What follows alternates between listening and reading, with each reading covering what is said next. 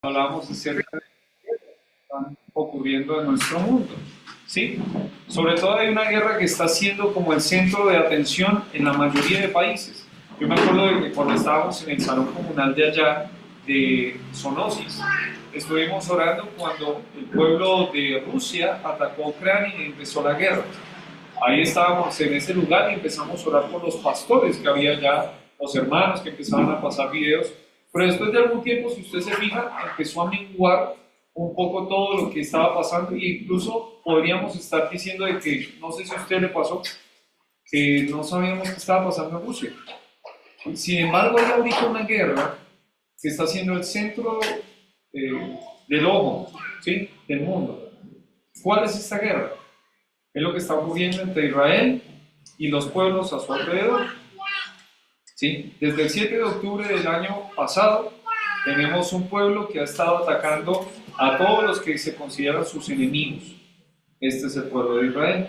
¿Sí? Y hemos hablado varias veces de este pueblo porque es un pueblo que yo no estoy allá. Y yo sé que muchos de ustedes, solo como yo, vemos noticias, sabemos de personas que están viviendo allá.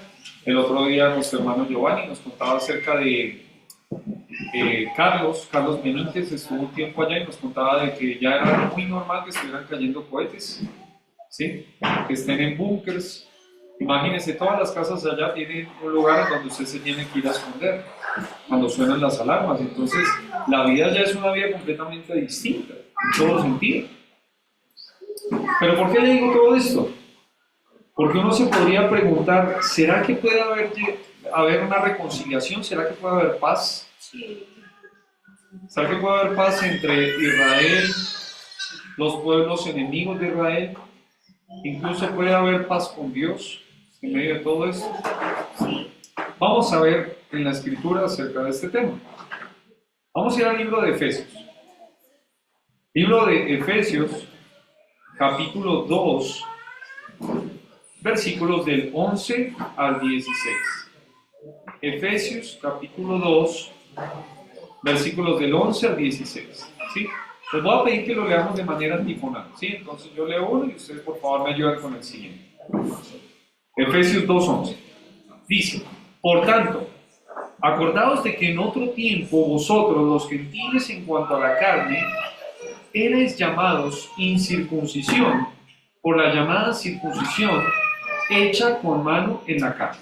En aquel tiempo estabais sin Cristo, alejados de la ciudadanía de Israel y ajenos a los pactos de la promesa, sin esperanza y sin Dios en el mundo. Pero ahora en Cristo Jesús, vosotros que en otro tiempo estabais lejos, habéis sido hechos cercanos por la sangre de Cristo. Porque Él es nuestra paz, que de ambos pueblos hizo uno, derribando la pared intermedia de separación, aboliendo en su carne las enemistades, la ley de los mandamientos expresados en ordenanzas, para crear en sí mismo de los dos un solo y nuevo hombre, haciendo la paz mediante la sangre de su cruz. y mediante la cruz reconciliar con ambos en un solo cuerpo, matando en ellas las enemistades. Bueno, vamos entonces a estudiar acerca de lo que puede llegar a ser la reconciliación de este pueblo. ¿De dónde sale este título? Si usted se fija, el versículo 16 habla acerca de una reconciliación, ¿sí? En el versículo 14 habla acerca de que Él está derribando una pared intermedia, aboliendo en su carne las enemistades. Entonces hoy vamos a hablar acerca de una posible paz que puede llegar a este pueblo. Versículo 11 dice: por tanto, acordaos de que en otro tiempo vosotros, los gentiles en cuanto a la carne, erais llamados incircuncisión por la llamada circuncisión hecha con mano en la carne. Acá vemos el problema. ¿Dónde inicia este problema? Vamos a ver un poquito acerca de esta palabra circuncisión. ¿Qué es la circuncisión? La circuncisión es un corte en redondo, eso es lo que significa. Es una operación que se hacía al cortar el prepucio del miembro del hombre. ¿Sí? Esto se hizo desde tiempos antiguos. No solo el pueblo de Israel fue el pueblo que hacía estas cosas. Sin embargo, el pueblo de Israel fue reconocido por haber hecho esto en su pueblo. ¿Dónde inició esto? No sé si usted se acuerda de Abraham, y que Abraham Dios lo llama y le dice que lo circuncide a él y a su familia. ¿Sí? Dice de que debían circuncidar a cada niño al 8º día de su nacimiento. ¿Sí? Cada niño debía ser circuncidado al 8º día. Debía hacerse esa operación al 8º día. Esto era un sinónimo del pueblo de Israel. Cuando se hablaba acerca del pueblo de Israel se decía, ahí van los circuncisos, no los incircuncisos. Por ejemplo, en el libro de Jueces, si usted se fija, cuando los papás de Sansón le están hablando a Sansón, le dicen algo interesante acerca de esto.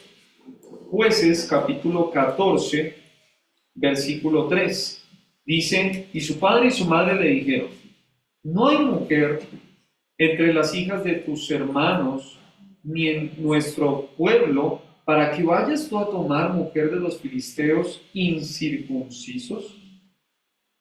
La idea era, hay unos que están circuncidados y otros no. ¿Quiénes eran los circuncidados?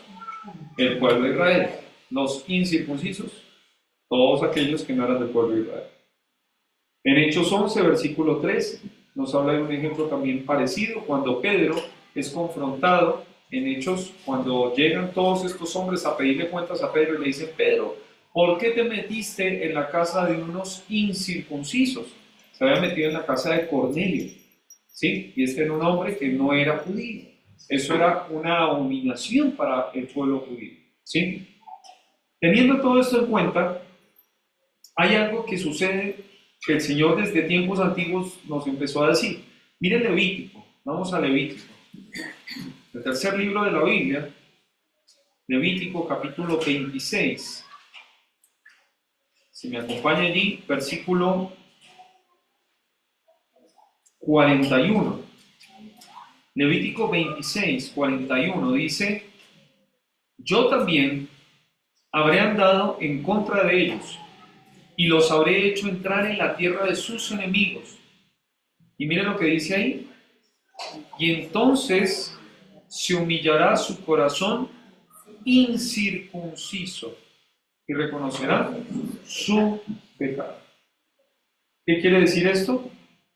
Que el pueblo de Israel podía tener una señal externa sin tener un corazón que reflejara esa señal. ¿Qué significaba la circuncisión? La circuncisión significaba consagración, significaba santidad. ¿Sí? Cuando una persona se circuncidaba decía, ahora yo soy de Dios, yo soy apartado para Dios. Esa era la señal. Pero la señal no reflejaba en su vida que ellos estaban siendo consagrados, porque su corazón era incircunciso. ¿Cómo así? Su corazón seguía en las cosas de este mundo. ¿Sí? Era un pueblo separado de Dios por este corte, pero seguían las cosas del mundo. Y usted ve muchas veces que el pueblo de Dios se alejó de Dios siendo unos hombres circuncidados. ¿Sí? La señal externa no definía lo que estaba pasando en su corazón.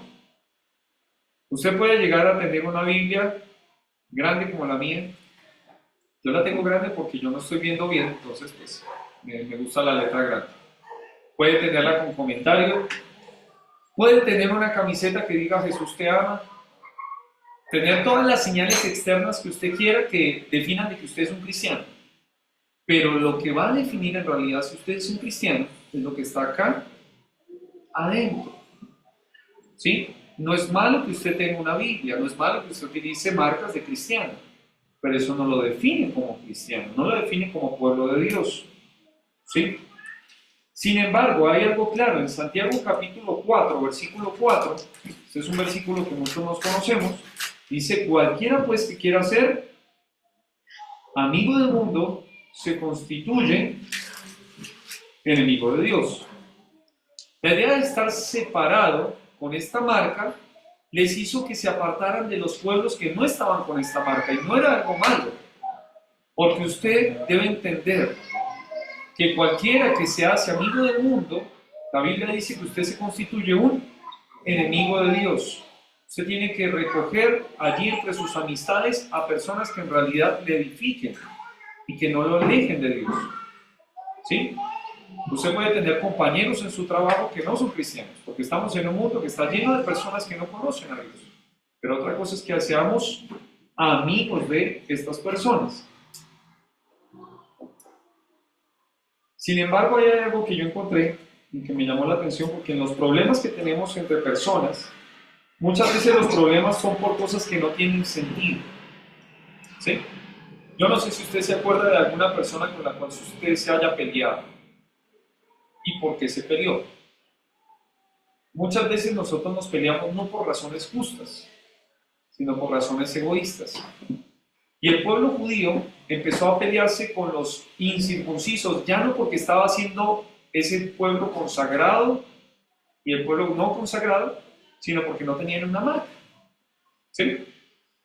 Dejaron de ser amigos de esos porque no estaban marcados, no porque no estaban consagrados para Dios. ¿Sí me hago entender? Y muchas veces nuestros problemas entre personas tienen que ver con cosas que en realidad no tienen sentido. Yo escribí, por ejemplo, acá, me acuerdo alguna vez cuando estaba en la iglesia Renacer, con unos amigos fuimos a ver un partido de fútbol, estaba jugando Millonarios contra Santa Fe. Y entramos a ese partido, y cuando entramos, todos gritándose cosas muy groseras. Cuando metió gol Santa Fe, empezaron a tirarnos monedas porque querían pegarnos con algo.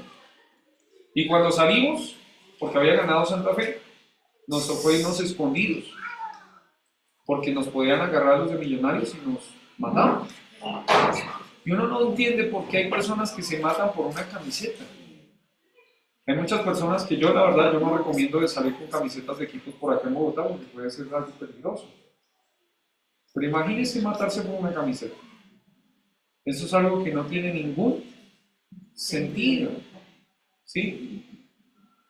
Nuestros enemigos muchas veces los tomamos con cierta discusión, no por algo que en realidad tenga valor, sino por razones injustas, razones egoístas. Y ya vamos a ver un poquito el tema de la reconciliación, pero ahorita estamos viendo la realidad. Entonces, primero aquí vemos la circuncisión y el problema que había alrededor de todo esto entre el pueblo gentil y el pueblo judío. Estos están peleándose entre sí. Pero miren lo que dice el versículo 12. Efesios capítulo 2, versículo 12, dice: en aquel tiempo estabais sin Cristo, alejados de la ciudadanía de Israel y ajenos a los pactos de la promesa, sin esperanza y sin Dios en el mundo. La palabra dice que este pueblo gentil, con el cual el pueblo judío está ahí discutiendo, tenía varias cosas que le faltaban. Lo principal dice: estabais sin Cristo. ¿Cristo qué es? Jesús dijo: yo soy el camino, la verdad y la vida. Nadie viene al Padre si no es por mí. ¿Qué quiere decir? Que una persona sin Cristo está perdido. Una persona sin Cristo está confundido. Una persona sin Cristo está muerto. Una persona sin Cristo está yéndose al infierno. Eso era el pueblo gentil. Y sabe, usted y yo somos gentiles. Porque un judío se diferencia y todos los que no son judíos son gentiles. Yo soy gentil, usted es gentil. Si no tiene alguna familia judía, mamá judía, usted es un gentil. Todos somos gentiles. Y en un tiempo estábamos sin Cristo. Aparte también dice aquí, alejados de la ciudadanía de Israel. Es interesante, no sé si por ahí habrá posibilidad de tener ciudadanía judía en este tiempo que hay tanto problema. Pero acá no está hablando de eso. No es que usted no tiene un papel. Habla acerca de que hay uno que es pueblo de Dios y hay uno que no es pueblo de Dios. O usted es parte del pueblo de Dios o usted es parte del que no es pueblo de Dios. Solo hay dos bandos. O eres amigo o eres enemigo. Mira lo que dice el Señor en el libro de Marcos capítulo 9, versículo 40. Marcos capítulo 9, versículo 40. El Señor dice en su palabra: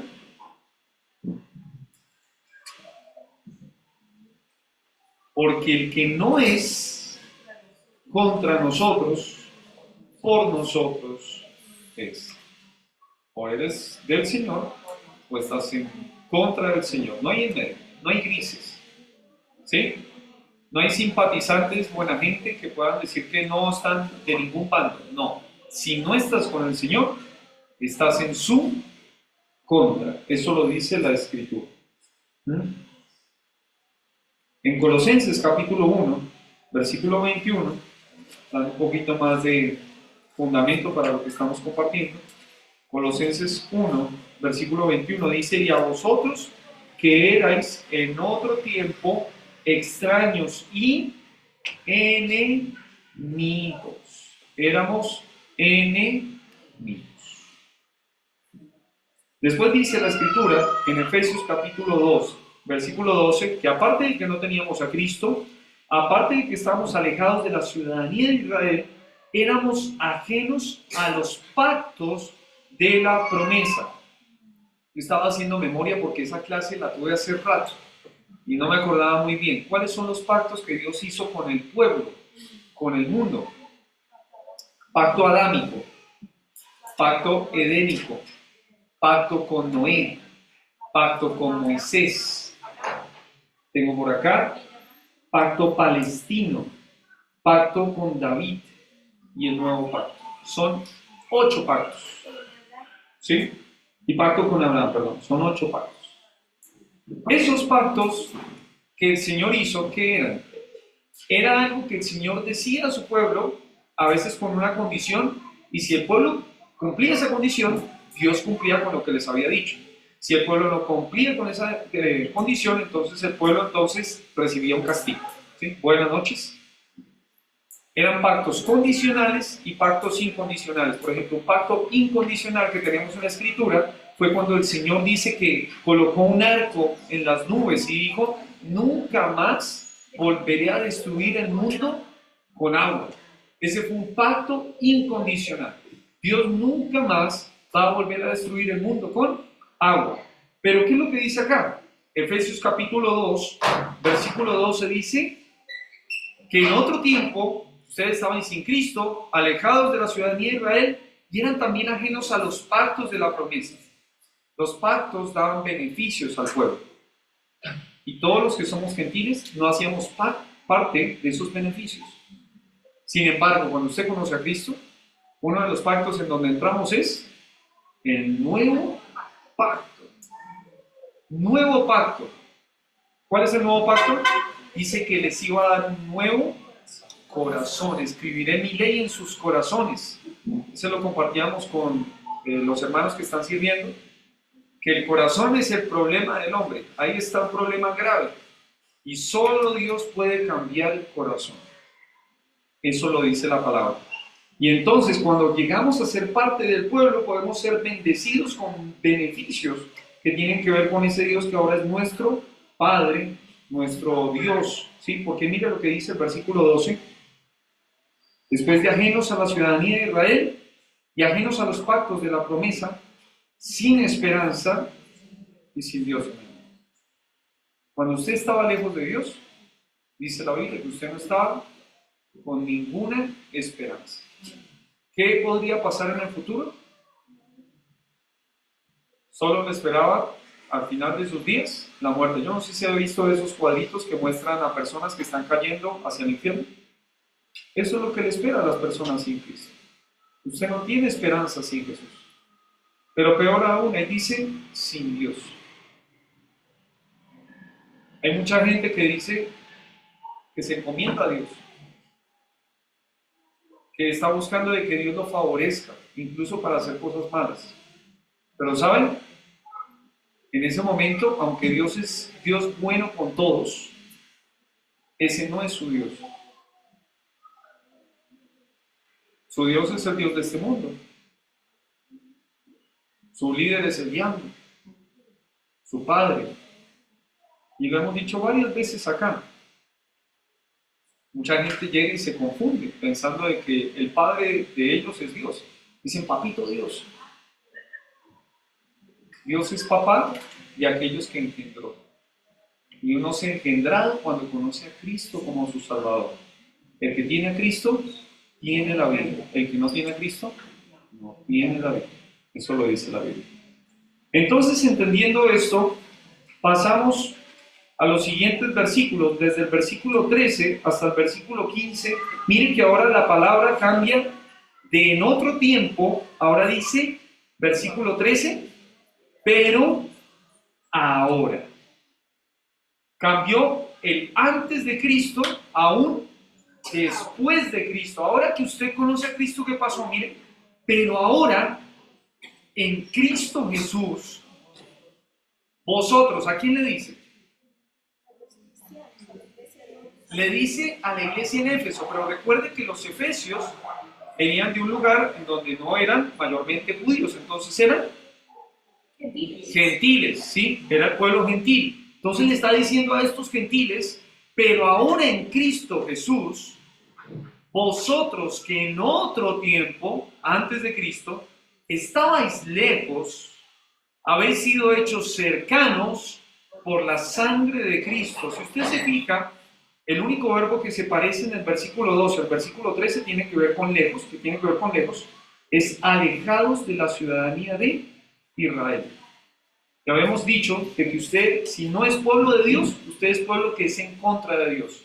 Entonces acá el que llega y dice que ahora en Cristo, usted ya ahora es parte del pueblo de Dios. Ahora está cerca. ¿Cómo llegó a estar cerca? Por la sangre de Cristo. Versículo 14. Porque Él es nuestra paz, que de ambos pueblos, judíos y gentiles, hizo uno, derribando la pared intermedia de separación, aboliendo en su carne las enemistades, la ley de los mandamientos expresados en ordenanzas, para crear en sí mismo de los dos un solo y nuevo hombre, haciendo la paz. El problema, ¿se acuerda cuál era? Tenía que ver mayormente con la ley. Pero recuerden que el pueblo judío estaba cortado, pero no cumplía la ley. Era un pueblo que tenía una marca externa, pero que no tenía un corazón diferente. Era un pueblo que estaba lejos de Dios a pesar de tener esa marca. Y el pueblo judío sigue teniendo muchos problemas por personas que no guardan la ley. ¿Sí? Incluso en este tiempo tenemos un problema con los judíos, algunos que son muy ortodoxos, que guardan la ley de una manera muy extrema. Y hay algo que tiene que ver con la ley. Acá dice que la división que había, que era esta pared, se cae, se derriba. ¿Cómo así? Cuando usted ve la ley mayormente se le habla desde Génesis hasta Deuteronomio, la ley, y que el pueblo judío está tratando de cumplir esta ley, y de que todo aquel que vaya en contra de la ley está mal, que en realidad la palabra de Dios, aquel que va en contra de la palabra de Dios está mal. Usted puede decir, por ejemplo, los 10 mandamientos, yo se lo he dicho a veces. ¿Todos tenemos que cumplir los 10 mandamientos? Sí. ¿Pero los 10 mandamientos, alguien los puede cumplir? No. Entonces, ¿para qué son los 10 mandamientos? Para llevarnos a una persona que se llama Cristo. Porque si yo no puedo cumplir la ley, entonces yo debo decir, Señor, yo no puedo hacer eso. ¿Cómo puedo hacerlo? Y entonces el Señor da la respuesta. Que tengo que cambiar el corazón. El pueblo judío, si en realidad está buscando al Señor, a través de la ley lo puede hallar. La ley ha sido nuestro ayo para llevarnos a Cristo. Pero el pueblo gentil, ¿cómo el pueblo gentil puede encontrarse con el Señor? Si es un pueblo que está en contra de la ley. Yo pensaba en esto y pensaba en que el pueblo que no tiene a Dios, ¿se acuerdan? Es un pueblo que no tiene a Cristo. Es un pueblo alejado de la ciudadanía de Israel. ajenos a los pactos de la promesa, sin esperanza, sin Dios en el mundo. Yo pensaba en eso y pensaba en pueblos que no tienen la escritura y que tratan de buscar llenar su corazón con cosas que no pueden llenar, ¿sí? Con una religión, con dinero, y que están en realidad buscando en el lugar incorrecto. Y entonces, en medio del vacío que puede llegar a haber en el corazón muchas personas, entonces, buscando respuestas, llegan a encontrarse con aquel que sí les puede dar eso, con Jesús.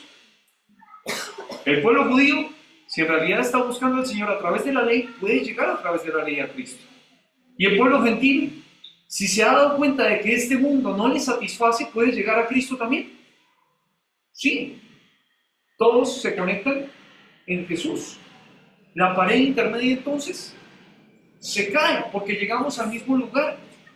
Ya no hay necesidad. Aboliendo la cantidad de enemistades que hay entre estos dos pueblos, puede llegar a haber entonces paz entre los judíos y los gentiles. ¿Cómo llegamos a tener paz? Dice ahí la palabra, mediante la cruz, reconciliar con Dios a ambos en un solo cuerpo, matando en ella las enemistades. El pueblo judío y todos los que no son pueblo judío, sus enemigos, pueden hallar paz no con que el presidente de aquí y el presidente de allá hagan una reunión y entonces hagan un contrato allí. Eso no va a traer la paz. El que trae la paz para este pueblo se llama Jesús. La paz que en realidad el mundo no puede dar, porque ojo, un día va a llegar a este mundo uno que va a decir que trae la paz. Y en esto uno podría decir, capaz que todo el ambiente que estamos viviendo ahora se presta para que uno se levante y diga, yo puedo hacer la paz entre los judíos y todos sus enemigos. Y sería un líder mundial. Imagínense, reconciliar a estos dos pueblos. Porque ahorita tenemos marcada, usted o es a favor de o está en contra de. ¿Sí? Pero cuando Cristo llega a la vida, puede haber un solo pueblo. Eso se llama la iglesia. De ambos pueblos hizo uno. No solo usted puede llegar a reconciliarse con aquellos, en este caso judíos y gentiles, sino que también se llegan a reconciliar con Dios. La paz se hizo con Dios a través de Jesús. Terminando en este tiempo, yo le dije al principio que a veces nosotros tenemos problemas entre personas. Y esta es una gran ilustración de un problema entre personas. Personas judías, personas gentiles. Acá yo creo que no tenemos tanto problema en ese sentido, ¿no? Porque acá no estamos peleando, usted es gentil, usted es judío. No tenemos eso. Tenemos por ahí diferencias de donde nacimos. Tenemos diferencias en donde vivimos. ¿Sí? Puede tener diferencia usted con personas que usted ha tenido un problema con ella o su familia tuvo un problema con ella, entonces usted sigue con ese problema y entonces se ha hecho un problema mucho más grande. Hay problemas que siguen por muchos años. Yo recuerdo uno en donde una familia tiene a varios hermanos y esos hermanos, después de que han pasado años, llegan y dicen, uy, yo me acuerdo que usted hace 30 años me hizo esto. Son viejitos ya, pero se acuerdan de cosas que uno dice, ¿para qué se acuerda de estas cosas? Sigue habiendo enemistad, sigue habiendo problemas. Pero ¿cuál fue la solución para el pueblo judío y el pueblo gentil? Jesús. ¿Y cómo usted puede hallar solución cuando tiene un problema con alguien? Por medio de Jesús. La solución sigue siendo la misma.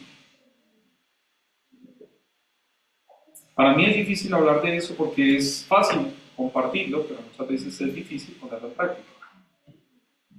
Cuando una persona llega y nos hace daño, de poder tratar de arreglar las cosas pensando en Jesús. Es difícil, pero no imposible. Porque yo pienso, ¿no? ¿Cómo sería eso? Si me hizo esto, yo pienso en Jesús y todo lo que le hicieron. Y entonces entiendo, yo no pasé ni la mitad, ni un poquito, nada. Como lo que dice en el libro de Mateo, cuando habla acerca de los hombres que debían y que el rey perdonó a uno que tenía una deuda impagable y al otro le perdonó, este no quiso perdonar a uno que le debía una deuda muy pequeña. De la misma manera, si el Señor nos perdonó algo tan grande como irnos al infierno, ¿cuánto más nosotros no deberíamos perdonar a aquellos que nos han hecho algo? Pero todo esto se hace a través de una persona, se llama Jesús. La reconciliación llega a través de Jesús, ¿sí? Tanto con las personas como también con Dios. Vamos a terminar. Padre Celestial, gracias damos, Señor, por este tiempo. Y damos gracias, Señor, porque la verdad, en medio de este mundo en donde hay tantos conflictos, tantas peleas,